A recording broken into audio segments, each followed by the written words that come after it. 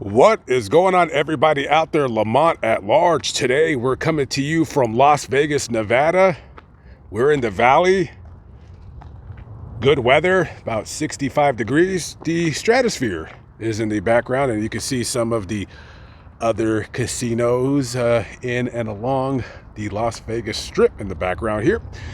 This is a pretty okay neighborhood, working class neighborhood. I wouldn't call this the bad area of town at all, but of course Las Vegas is weird because you could have a decent neighborhood like this and then literally have an apartment complex that lets any and everybody in there rent, and with that you get a kind of a crap neighborhood.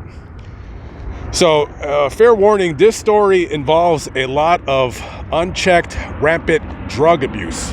So this strapping young lad right here, this guy's name is James Gina III. Yeah, there's two other guys somewhere out there that used to exist. He is the third of I don't know how many. James Gina has a bit of a past. He has a bunch of domestic violence charges, theft. As a matter of fact, a year before this murder, he was arrested and charged with running a chop shop. So this guy's life seems to run and be involved around doing a lot of drugs. So we're going to go back to August 12th, 2023. It's very, very hot out here. Days oftentimes are well over 100 degrees. If it was 98, that's considered a reprieve from the oppressive heat that settles in during the summer months out here in Las Vegas. August 12th. So you have James Gina. He's arguing with his girlfriend, 27-year-old Selena Reboles, and they're arguing about what? Who knows? Probably about drugs or money or drugs. So they're going at it, they're yelling, and there's a couple people in the home. It's James Gina's mom and a roommate. Now, the roommate, according to his testimony with, well, not testimony, but with him speaking to the police, they're like, it's a heated argument. And, you know, Selena is accusing James of some pretty nasty things, right? And so, according to the roommate, James turns around and looks at Selena and says, hey, if you don't shut up, I'll put 3 in you, whatever that means, which I would think it'd be bullets. And Gina's mom is trying to calm him down, and he threatens to shoot her too if she doesn't keep out of his business. According to his mom, quote, he has a violent temper and is a crystal meth addict. Now, I would have never known by looking at his picture. No, I'm seriously, I'm just kidding. He looks like one. Looks like he has some kind of a mask, like a bank robber mask from the 1880s tattooed, like a bandana mask tattoo around his mouth, and those weird glasses. That's a lot of meth. That's mental illness caused by meth addiction right there. So they both leave the house because they don't want no part of it, right? So when the roommate comes back, he noticed that James is hysteric. He's like running around hysterical, and he's very panicked. And well, he can easily see why, because, well, Selena is on the ground with a gunshot wound to her chest, and she's completely nude.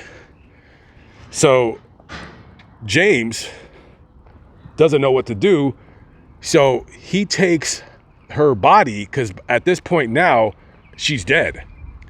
So he takes her body and brings it up to the attic. Now, I don't know if the roommate helped him or not. Maybe he didn't say anything.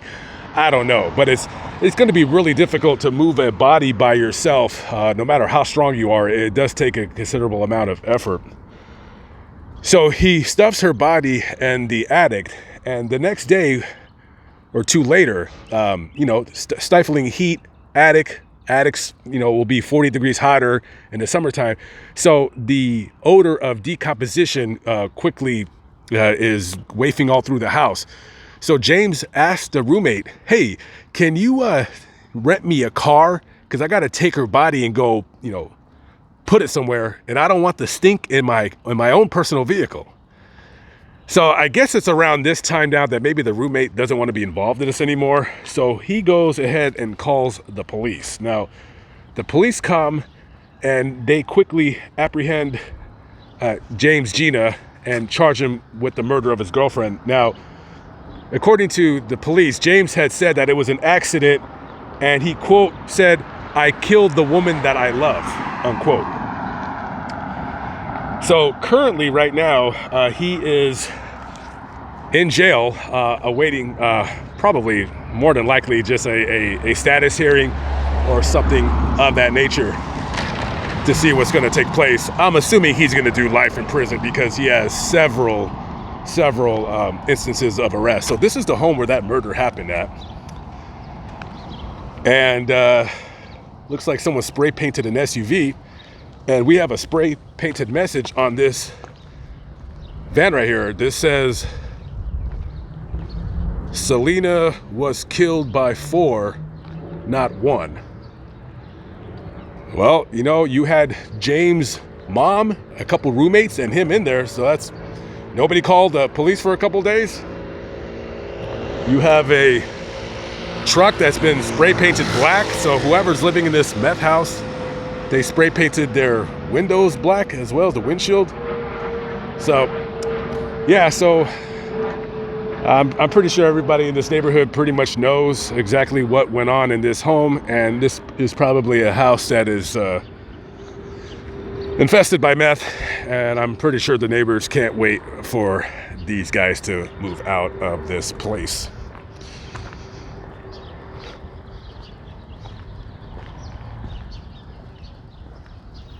We're in Delano, California. We're about 135 miles north of downtown Los Angeles. Across the street is an empty lot, but at one time it used to be the Delano Motel. And at the time that the motel was in business, there was a manager that worked there. His name was Wen Lu. He was 47 years of age. Not sure if he owned the place and he managed it, or he was just managing it for the owner. So this motel, kind of a seedy motel. You get a lot of drifters, a lot of people come in and doing things of ill repute, so forth and so on. We're gonna go back to February 25th, 1997. Now, at the time, this motel was known as a drug hangout. People would come, stay. Sometimes they would pay their rent, sometimes they wouldn't.